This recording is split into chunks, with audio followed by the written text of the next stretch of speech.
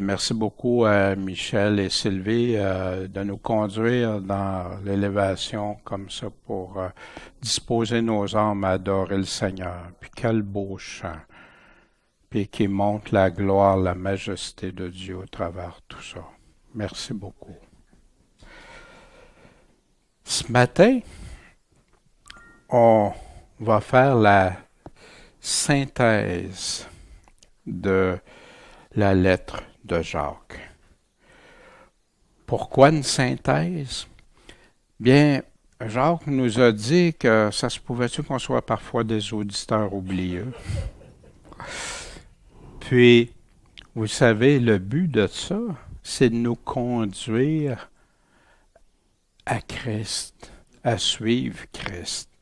Puis parfois, on passe rapidement sur des choses. On est habitué dans un siècle que tout va vite, on se bouscule, puis on se bouscule même dans notre spiritualité, dans notre cheminement envers Dieu. Comment on marche pour Dieu.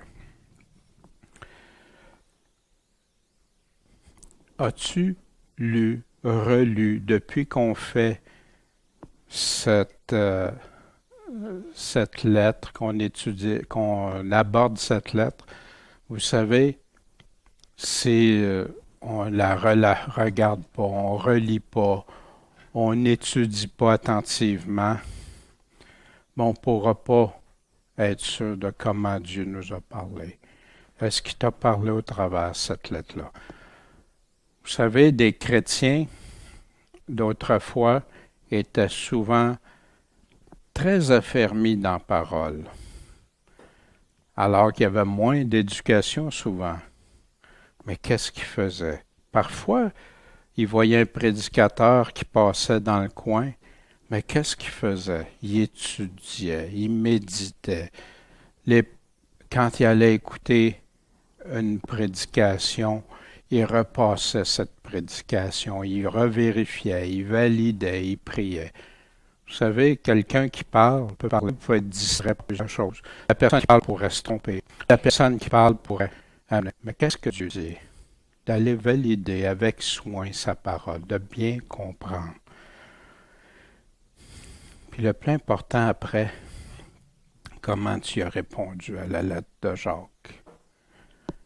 Est-ce que ça l'a fortifié des choses? Ça t'a édifié? Ça t'a changé quelque chose? Ça t'a-tu transformé? Ou si ça t'a laissé pareil?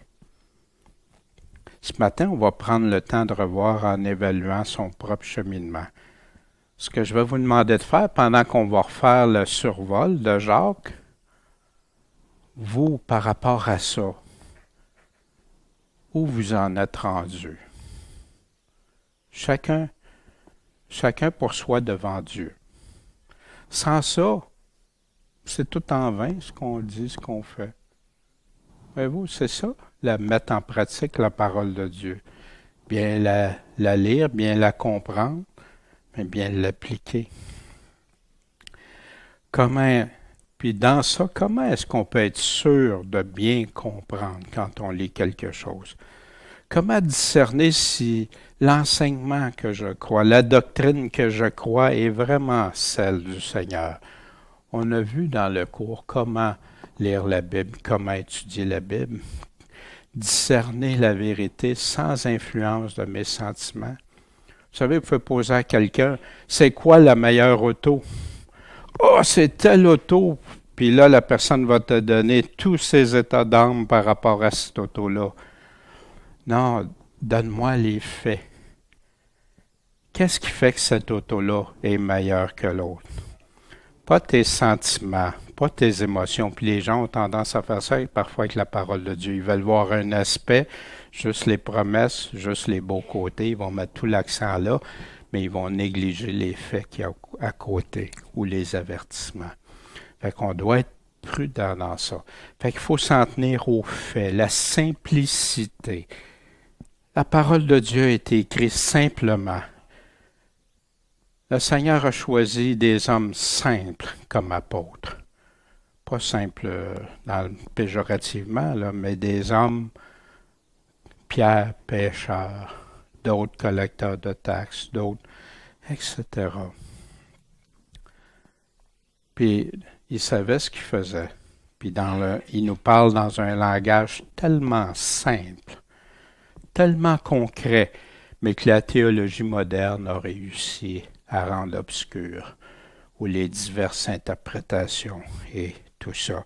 Mais quand tu t'en tiens au contexte, la simplicité, c'est simple, le contexte est là, puis les faits sont là dans le texte pour nous éclairer. Et quand tu fais ça, mais là, tu peux avoir la possibilité, je dis la possibilité, parce qu'il y en a qui, même après avoir fait tout ça, ça ne le tente pas d'obéir. Et ça, c'est très malheureux. Dieu parle. Je l'écoute. Qu'est-ce qu'il dit? Je m'assure que j'ai bien compris. Il y en a qui sautent cette étape-là. Je l'écoute tout de suite, c'est ça, sans vérifier. Puis qu'est-ce qu'ils vont appliquer? Ça sera peut-être même pas selon la volonté de Dieu. Fait que c'est pour ça que je dois m'assurer de comprendre, de bien comprendre. Puis après ça, je peux l'appliquer. Puis après ça, je le garde. Ça, c'est mettre en pratique. S'il manque une de ces étapes-là, je ne suis pas en train de mettre en pratique. Êtes-vous d'accord avec ça? Ça a-t-il du sens? Commençons Jacques, le chapitre 1. Puis quand je vous parle de simplicité, vous savez que les premiers chrétiens, là, premier, deuxième siècle, il y avait zéro théologie. Ils suivaient la parole de Dieu telle qu'elle, en toute simplicité. Puis ils ne cherchaient pas à trouver toutes sortes de choses qui se contredisent, puis tout ça. Non, Dieu dit ça, c'est ça. Dieu me dit d'avoir confiance en lui, de croire en lui, je crois en lui. Quand Dieu dit quelque chose, je le crois. Et il n'y avait pas toute la confusion moderne. Jacques nous parle des épreuves à ceux qui sont dispersés. Imaginez, là, vous êtes chez vous, là, tout d'un coup, il faut qu'on s'en aille tout le monde. Tu peux-tu t'en aller avec tout ce que tu as? Ta maison ne t'appartient plus rien. Juste quelques effets personnels ou quelques items. Et Jacques est en train de leur parler dans la dispersion. Les épreuves, c'est normal si tu es chrétien. C'est ça que Jacques dit. Le plus important, c'est de persévérer au travers de ces épreuves-là. On dit souvent pour certains, des épreuves, non, c'est trop. Puis c'est pour ça que le Seigneur parle dans les 4 semences, ceux que les soucis de ce siècle leur font abandonner la foi. Manque de sagesse, demande-la à Dieu, mais avec confiance, sans douter. T'es-tu ballotté? T'es-tu inconstant? Une journée, tu penses, tu crois ça, l'autre journée, tu crois d'autres choses. Tu recommences, tu reviens, puis tu joues à la chaise musicale. Ça, c'est être mal affermi, ça. C'est être une girouette. Dieu veut-tu ça? Non. Il veut qu'on soit affermi. Demande-lui la sagesse. Il va te la donner sans reproche. Demande-les sans douter de Dieu. Puis en passant, je ne suis pas en train de parler de quelqu'un qui fait un cheminement, qui tout à coup découvre des choses, puis qui chemine, puis qui va rechanger ce qu'il pensait qui était la vérité, puis tout à coup il se rend compte que ce n'est pas ça. Là, je parle, ou Jacques nous parle, de ceux que c'est comme ça, comme ça, comme ça. Puis ça joue tout le temps comme ça.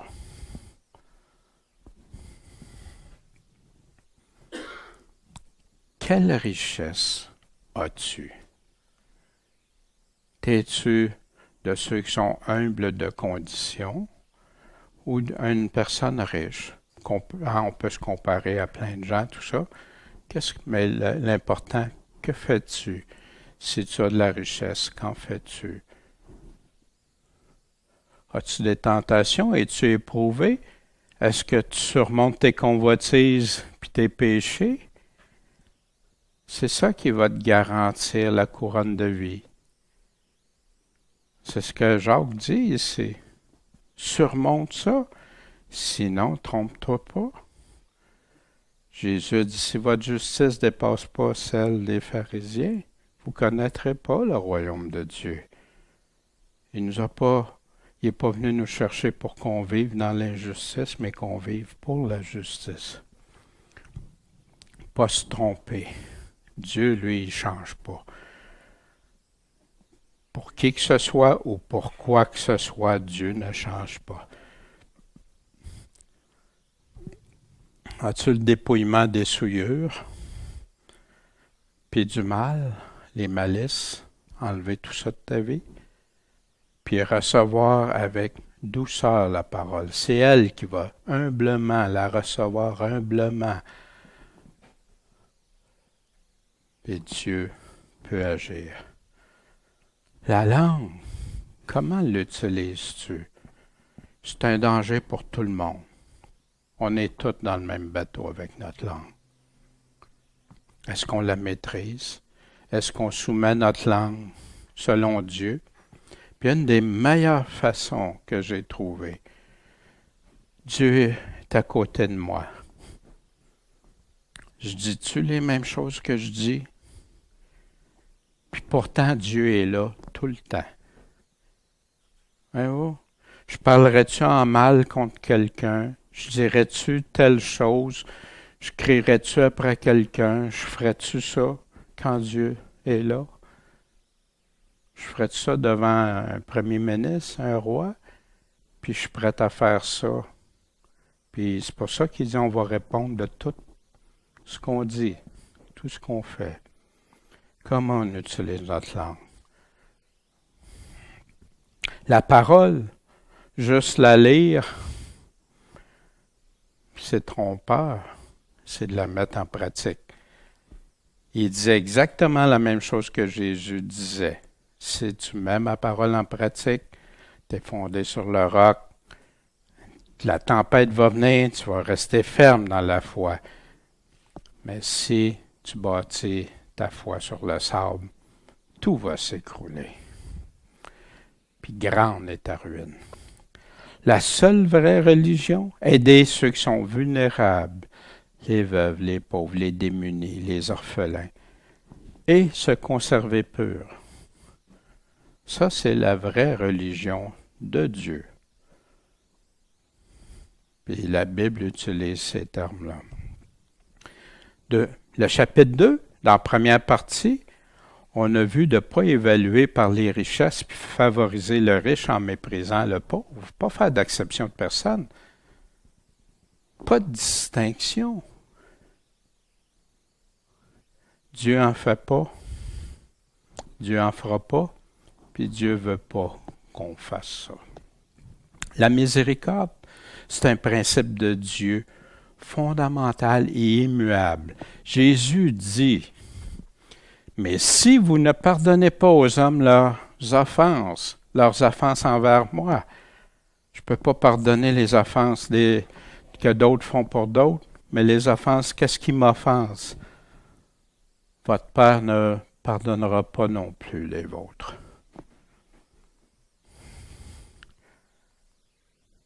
Après ça, dans la deuxième partie, vous vous souvenez, chapitre 2, il y avait on avait séparé ça. Parce que la deuxième parle d'un sujet qui a été épineux, qui a fait écrire plein de livres qui semblent avoir beaucoup de confusion, mais qui n'est vraiment pas le cas quand tu regardes les faits. Au verset 17, il y en est de même de la foi. Si elle n'a pas les œuvres, elle est morte en elle-même. Ça veut dire quoi, mort? Montre-moi ta foi par tes œuvres, puis moi je te montrerai ma foi par mes œuvres. Il y a la foi, les deux ont la foi. Mais quelle sorte de foi? Une morte puis une vivante. Les démons croient aussi. Ils ont la foi aussi. Ben oui, ils le savent. Et ils en tremblent. Mais ô homme vain, veux-tu savoir que la foi sans les œuvres est morte? Abraham ne fut-il pas justifié par les œuvres lorsqu'il offrit Isaac, son fils, sur l'autel? Ne vois-tu pas que la foi agissait avec ses œuvres et que par les œuvres, la foi fut rendue parfaite? Si Abraham, parce qu'Abraham a cru, il a fait les œuvres, des œuvres pour Dieu. Si Abraham aurait refusé, est-ce que la Bible parlerait de la même façon d'Abraham, de la foi d'Abraham? Voyez-vous?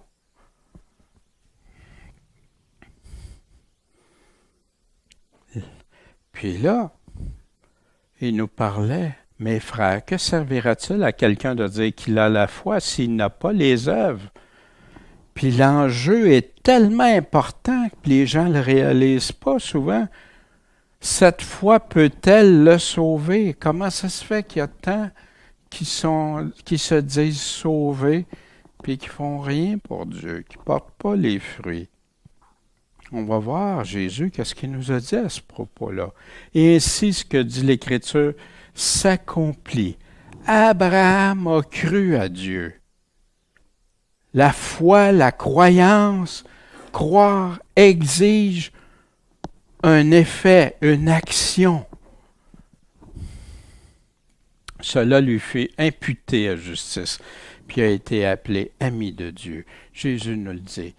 Vous êtes mes amis si vous obéissez à mes commandements, si vous faites mes commandements, si vous faites les œuvres que je vous dis, les commandements que je vous dis.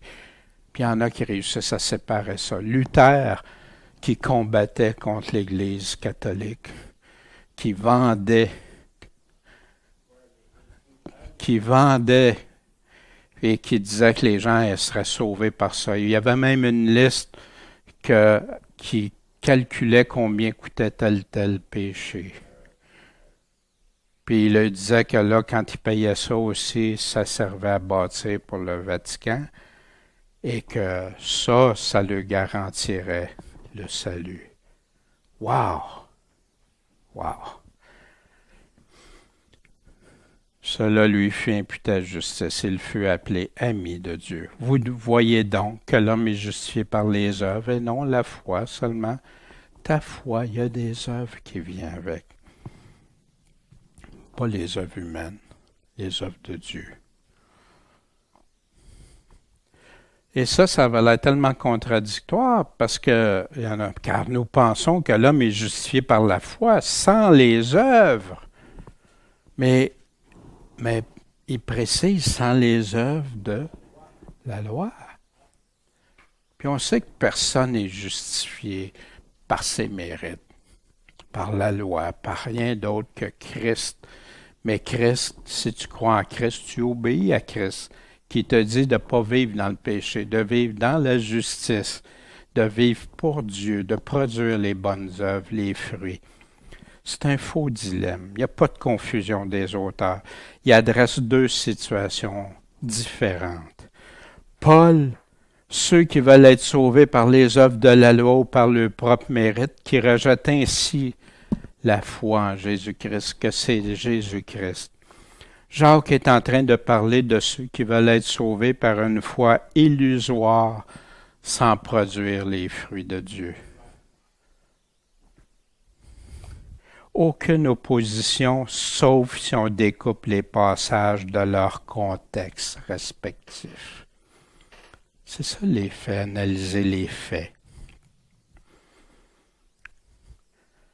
On va le voir dans quelques instants. Qu'est-ce que Jésus commande concernant les œuvres? Que votre lumière luise ainsi devant les hommes, afin qu'ils voient vos bonnes œuvres et qu'ils glorifient votre Père qui est dans les cieux. C'est une directive de Jésus. Jean 8, 39, et lui répondit, notre Père est Abraham. Les pharisiens.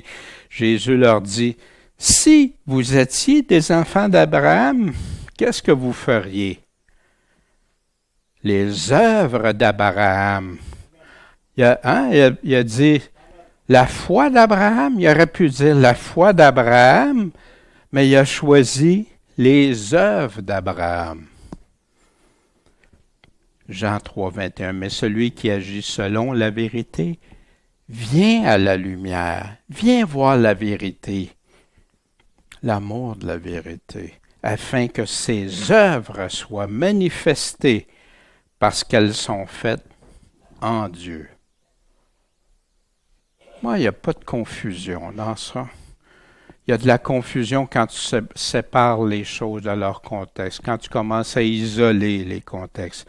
Car nous pensons que l'homme est justifié par la foi sans les œuvres de la loi. C'est ça que Paul parle. Il continue plus loin. Dans Romains, il parle de ça, la loi, les œuvres de la loi, et en parle régulièrement. En effet, la promesse d'avoir le monde pour héritage n'a pas été faite à Abraham ou à sa postérité par la loi, mais par la justice de la foi. Pas par la loi. Il est en train de faire la démonstration que ce n'est pas par la loi, les œuvres de la loi.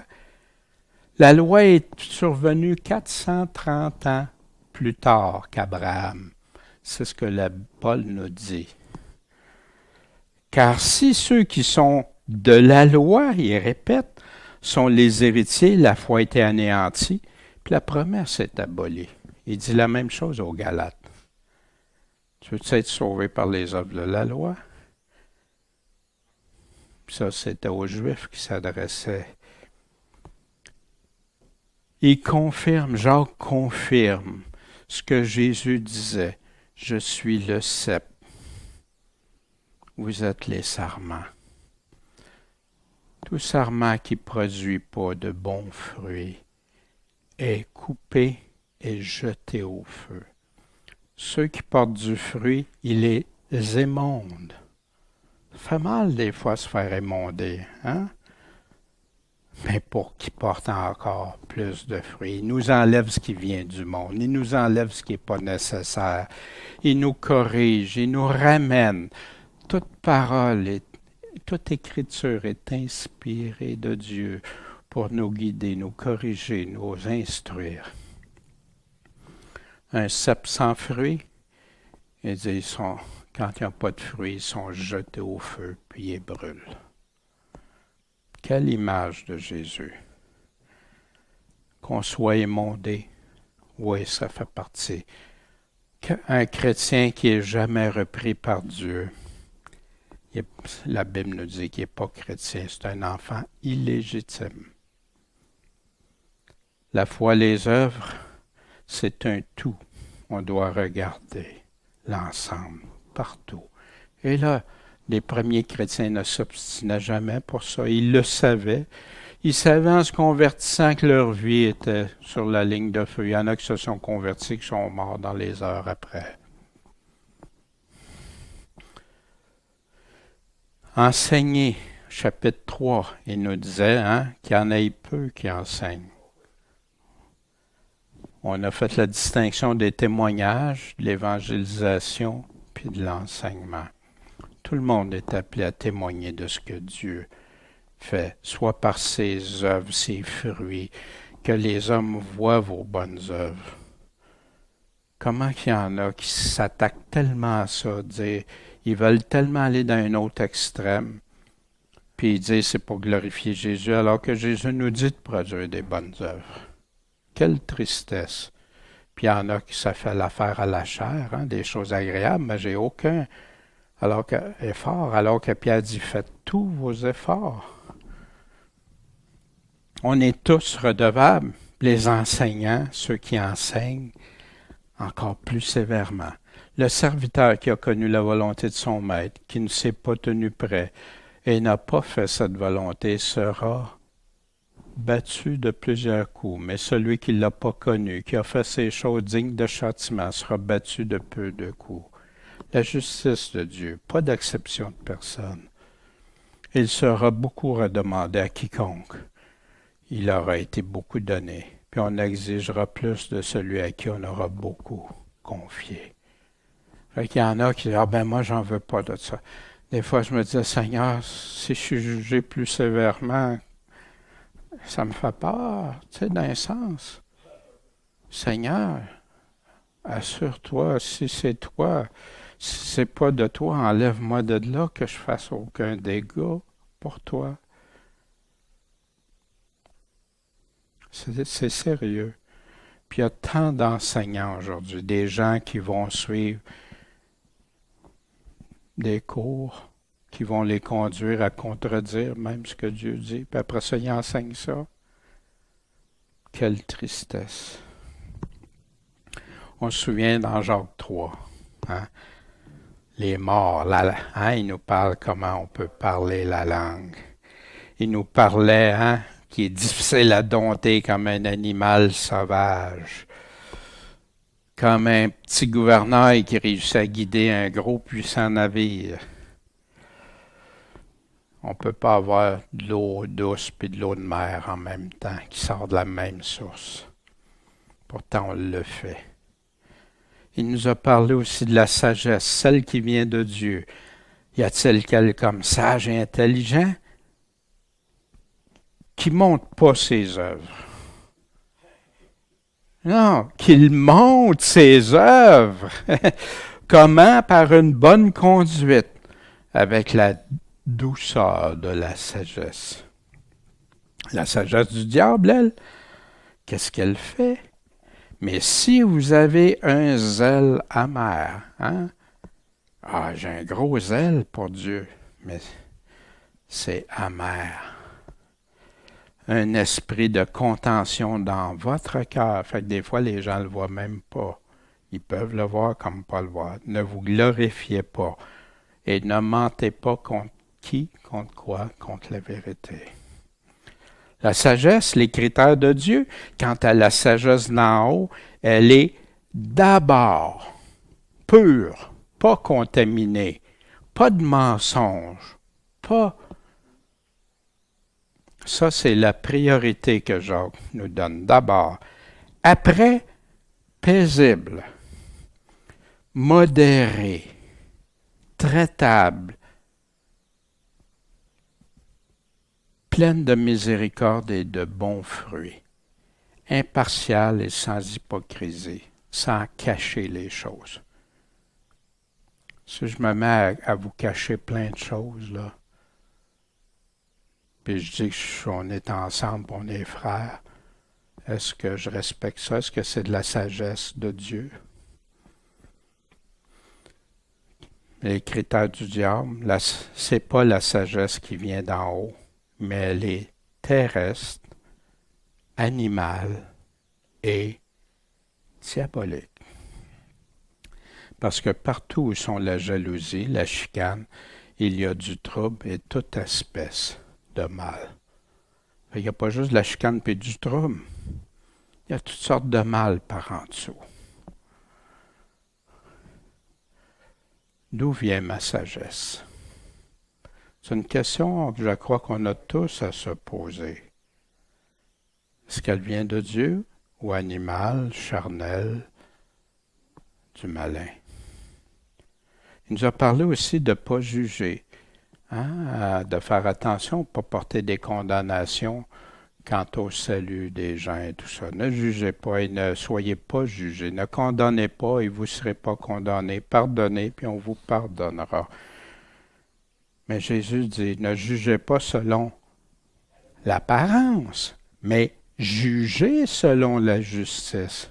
Et il ne dit pas de rien juger. Vous les jugerez, vous les reconnaîtrez d'après leurs fruits, si c'est des vrais de Dieu ou des faux de Dieu. Jean nous dit la même chose dans ses lettres, comment distinguer les vrais des faux. 1 Corinthiens 6, 2. Ne savez-vous pas que les saints jugeront le monde? Et si vous jugez le monde, êtes-vous indigne de juger les moindres choses? Oui, il veut qu'on juge, qu'on évalue, qu'on considère des choses, puis discerner c'est bien ou c'est mal. Il nous dit ailleurs de dénoncer les œuvres de ténèbres. Remarquez que Jacques dénonce plein d'œuvres de ténèbres. Fait que si on dirait, il juge. Non, il prend les critères de Dieu, puis il les applique. C'est ça qu'il fait. Paul, la même chose. Paul, qui parle de l'amour, puis qui, dans 1 Corinthiens 13, puis aux Galates, insensé, qui appelle des gens des faux, qui vont à perdition, des loups ravissants, etc.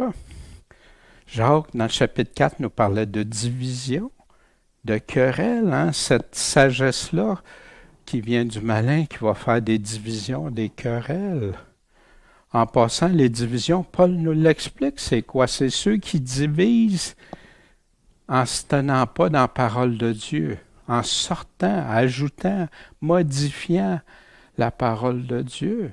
C'est eux qui font des divisions, pas ceux qui restent attachés. Passion, tes convoitises, c'est ça qui te motive? C'est quoi tes passions? Il y en a qui pensent que c'est juste... Qu'est-ce qui est dans ton cœur qui te fait vivre dans la convoitise? Que tu es meurtrier envers quelqu'un, que tu as de la haine pour cette personne-là, ou que tu es prêt à lui donner des jambettes au lieu de l'aider. Pourquoi il n'y a pas de réponse aux prières? Premièrement, il y en a qui ne demandent pas. C'est juste satisfaire le propre désir.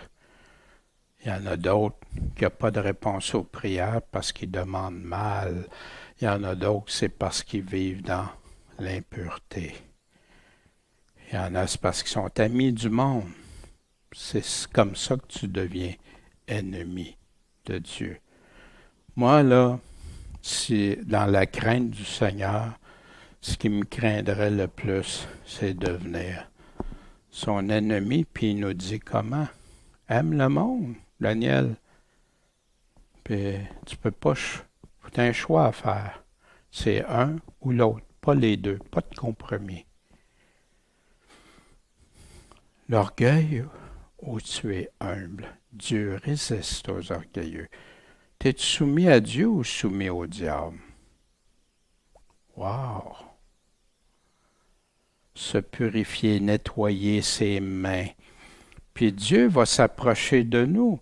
Mais si je ne fais pas ça, Dieu ne s'approche pas. Comment que les gens peuvent dire qu'ils n'ont pas besoin de changer leur style de vie, ou ils peuvent continuer dans un péché, entretenir un péché, puis dire être en relation avec Dieu? Dieu ne s'approche pas de nous. C'est ce que Jacques nous dit clairement, puis pas juste Jacques dans le Nouveau Testament. Si c'est le cas, sans repentir. Être en deuil. Vous savez ce que c'est un deuil, hein? Ouais.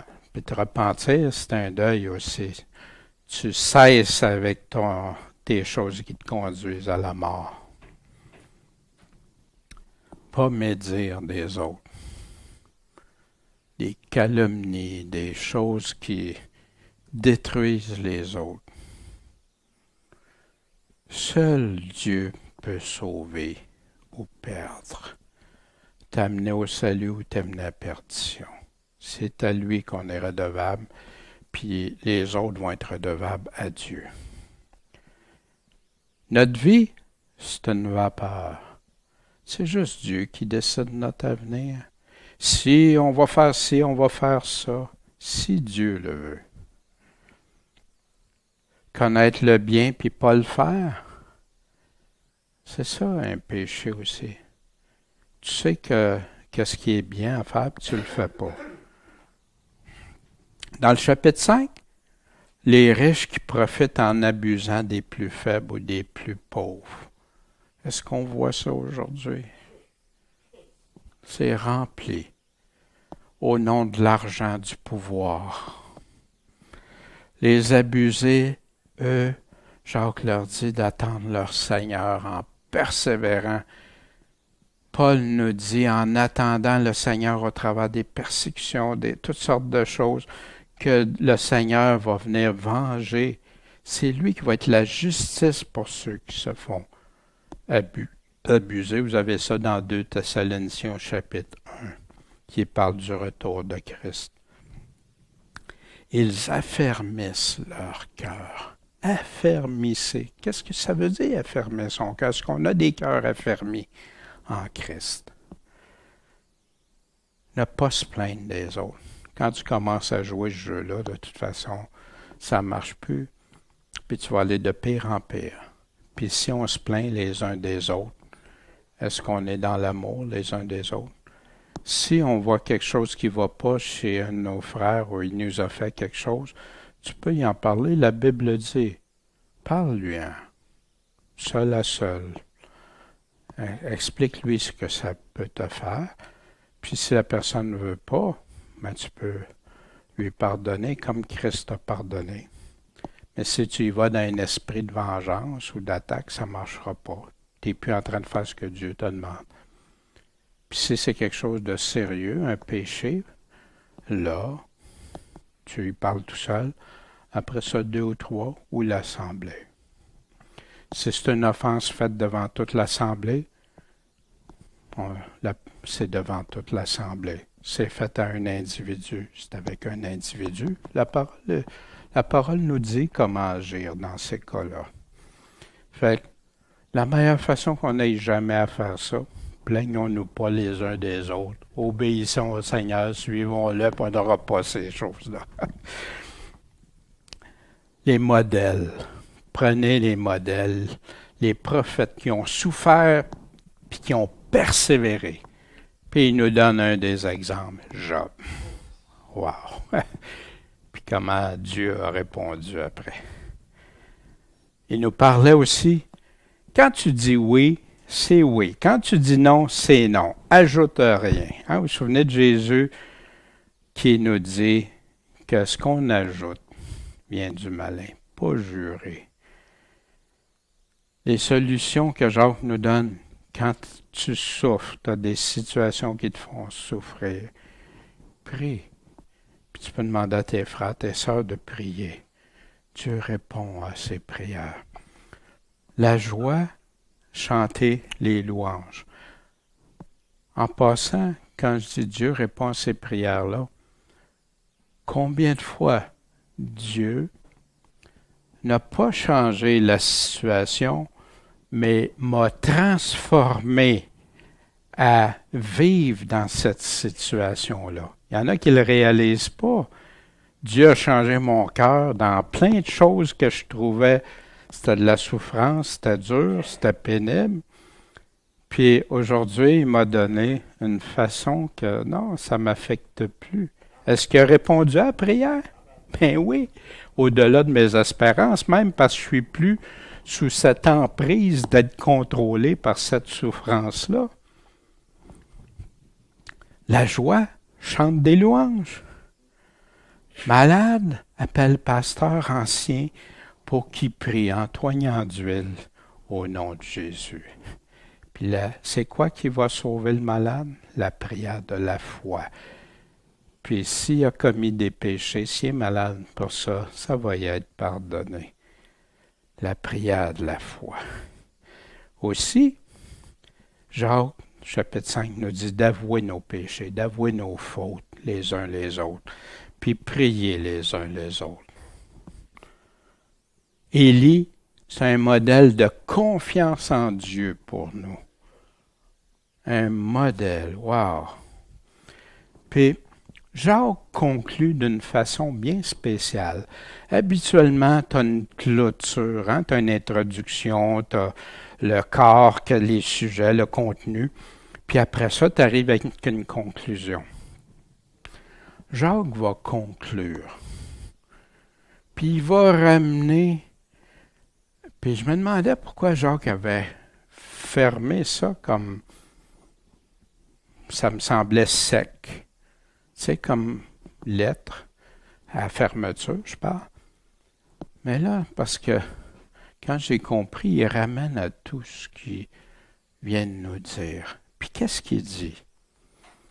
Frères, si qu'un d'entre vous s'écarte de la vérité, il nous en a parlé tout le long de la vérité, et qu'un autre y ramène dans la vérité. Pas ta vérité, pas nécessairement ce qu'un grand pasteur prêche ou une église ou une dénomination. Non, dans la vérité. Jésus est la vérité. Qu'il ramène, qu'il sache. Qu'il sache que celui qui a ramené un pécheur du sentier de l'égarement, il est plus sur le chemin étroit. Il n'est plus en train de suivre Christ.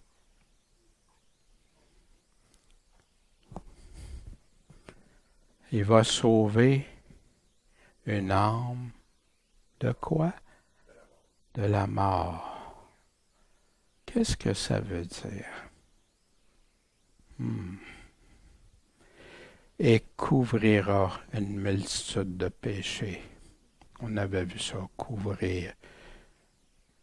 Ben oui, tu le ramènes dans la vérité.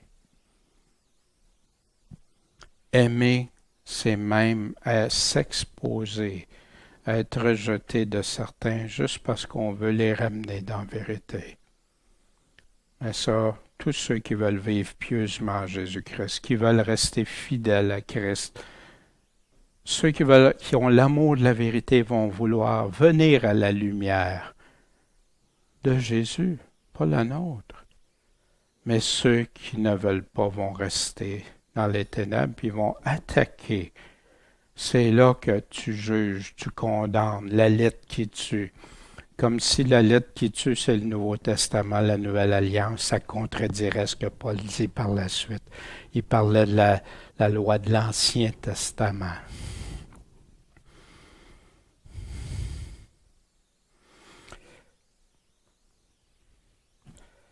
Asterval donnait quelque chose d'intéressant dans l'introduction de cette lettre. Cette épître et les suivantes sont appelées catholiques ou universelles. Le mot catholique, c'est universel.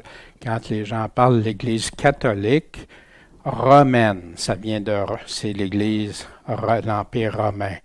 Ce n'est pas. Eux autres, ils ont pris l'Église catholique, c'est l'Église universelle, l'Église, mais je prends le temps d'expliquer ça parce qu'il y en a, ils parlent catholique, c'est pas de lien, là. Catholique, ça veut dire universel. Parce qu'elles ont été écrites aux chrétiens en général. Vous savez que Luther rejetait la lettre de Jacques comme fétu de paille. Il a choisi aussi 2 Pierre, c'était pas bon. Il choisissait les textes, fait qu'il donnait l'évangile de Jean. Les autres évangiles, c'était faible. Puis la lettre aux Romains. Il mettait une grosse emphase sur ça, mais il choisissait qu'est-ce qui était la parole de Dieu. Wow! Les chrétiens modernes ne réalisent pas ces choses-là. Puis en s'inspirant d'Augustin, un des pères de l'Église catholique romaine.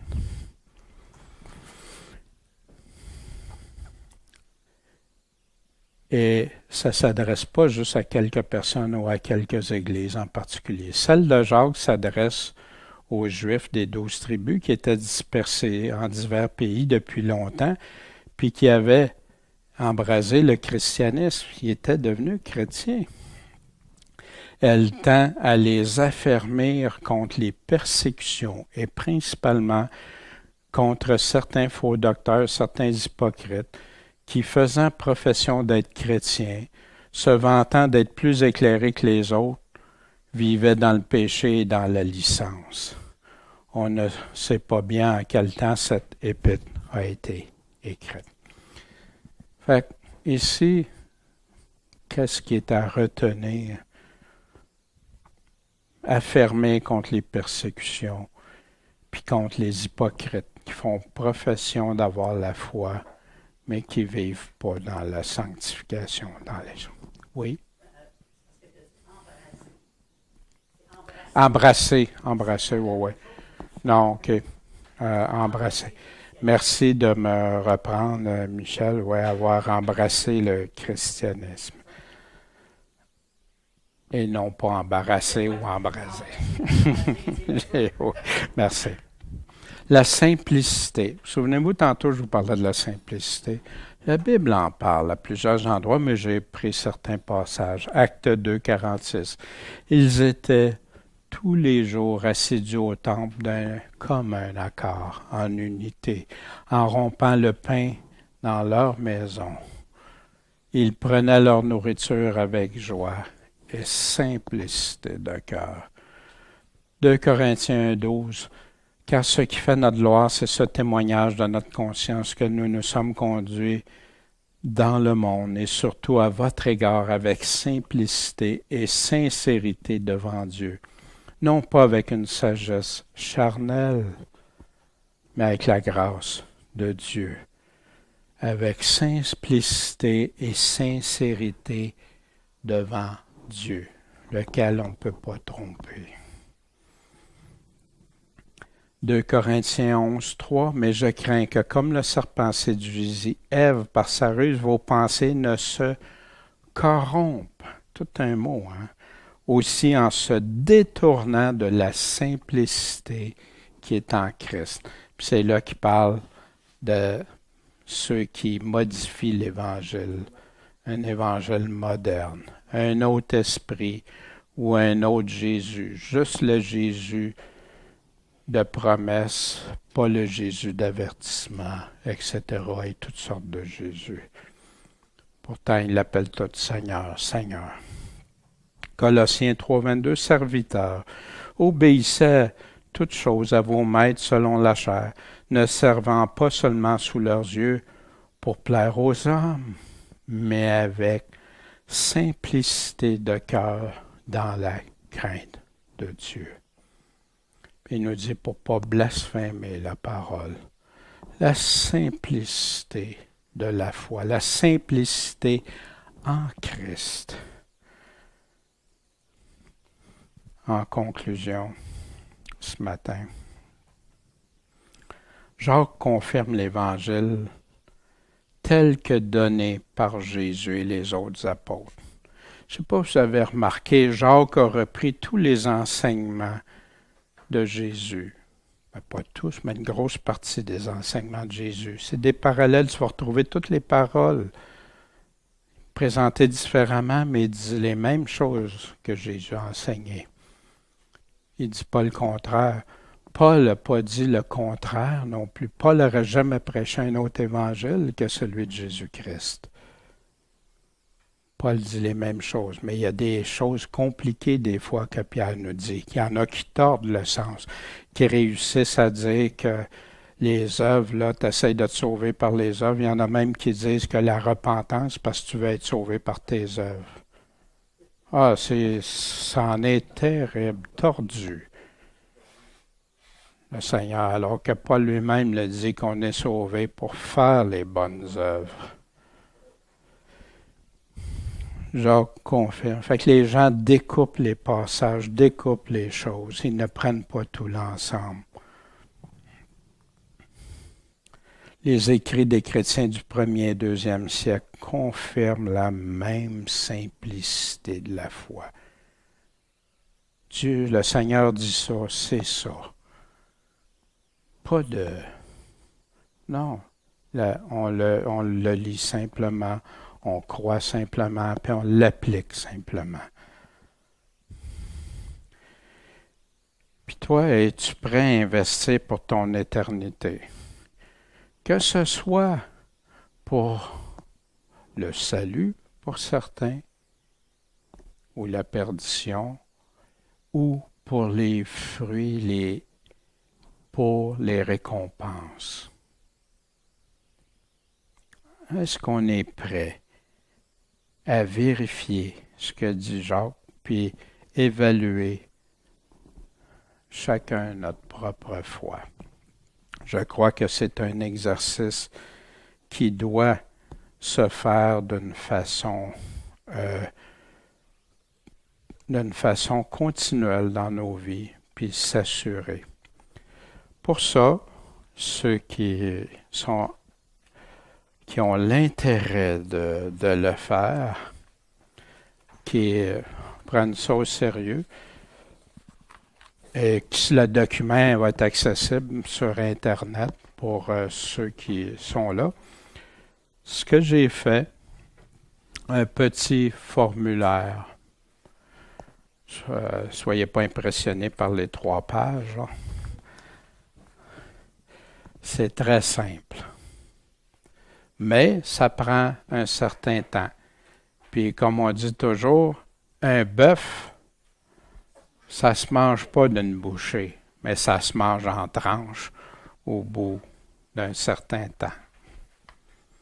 Ici, des réflexions concernant la parole de Dieu, puis mon cheminement personnel. Est-ce que j'ai pris le temps de lire, relire ce que le Seigneur dit au travers de Jacques? Est-ce que j'ai bien compris ce que dit Jacques? Est-ce que je comprends de quoi il parle? Le pourquoi qu'il dit ça? Puis comment le mettre concret? Parce que Jacques est un homme pratico-pratique des choses pour la foi. Puis ai-je mis en application ce que j'ai compris? Puis est-ce que je persévère sans me décourager ou broncher? Fait qu'ici, la première colonne, les sujets abordés. Exemple, persévérance, joie dans les diverses tentations. Est-ce que j'ai ça? Ma foi est à l'éprouve en patience, en persévérance. Fait que là, je me mets à côté dans quel chapitre ça se retrouve. Est-ce que je l'ai pleinement compris? Comment va ma mise en pratique de ça? Puis comment va la pratique en persévérance? C'est ça, mettre en pratique. Ne pas se borner à être des auditeurs oublieux. C'est un aide-mémoire. Je suis convaincu qu'il y a beaucoup de choses que c'est clair pour vous, que vous mettez en pratique.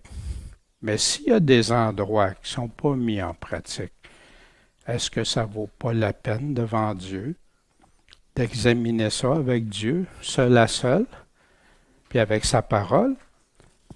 Puis, vous pouvez prendre un chapitre à la fois, puis l'intégrer dans votre culte personnel, dans vos réflexions personnelles, votre temps avec Dieu personnel, et soyez assurés, ça vient du Seigneur.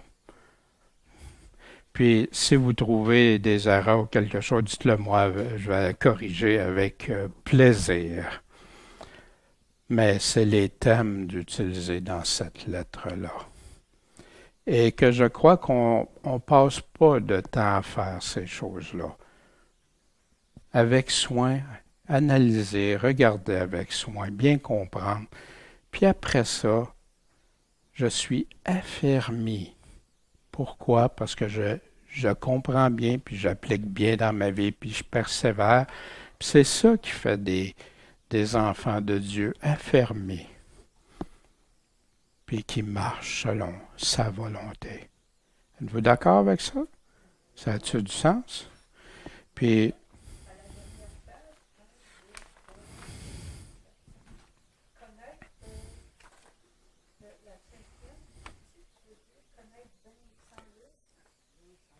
connaître le bien sans le faire. Il manque peut-être le. Ben merci de me le souligner. Mais j'essayais d'être télégraphique parce que ça n'aurait pas fini. Hein. Il y a beaucoup de. Une petite lettre, 5 chapitres, mais remplie d'enseignements pratico-pratiques. Puis, quand on applique ça, mais vous dites une affaire, c'est là que Jacques dit, vous allez être heureux dans ce que vous faites. Soyons heureux, soyons bénis tout le monde. Suivons Christ. Puis on ne sera pas des auditeurs oublieux. Puis on va s'assurer qu'on est fondé sur le roc. Merci de votre attention. Puis la prochaine lettre, on va aller voir la lettre de Jude. Petite lettre, très précise. Seigneur Tout-Puissant, merci de ce temps qu'on a ensemble. Aide-nous dans notre cheminement, Seigneur. Aide-nous à vivre pour toi selon ta volonté, selon tes critères à toi. Puis on sait qu'on va en être bénis et heureux. Merci pour les frères, les sœurs, et fortifie-nous tous ensemble. Puis ceux qui écoutent via Internet aussi ou sur DVD. Merci, Seigneur. En ton saint nom, Jésus-Christ, Seigneur, Maître et Sauveur. Amen.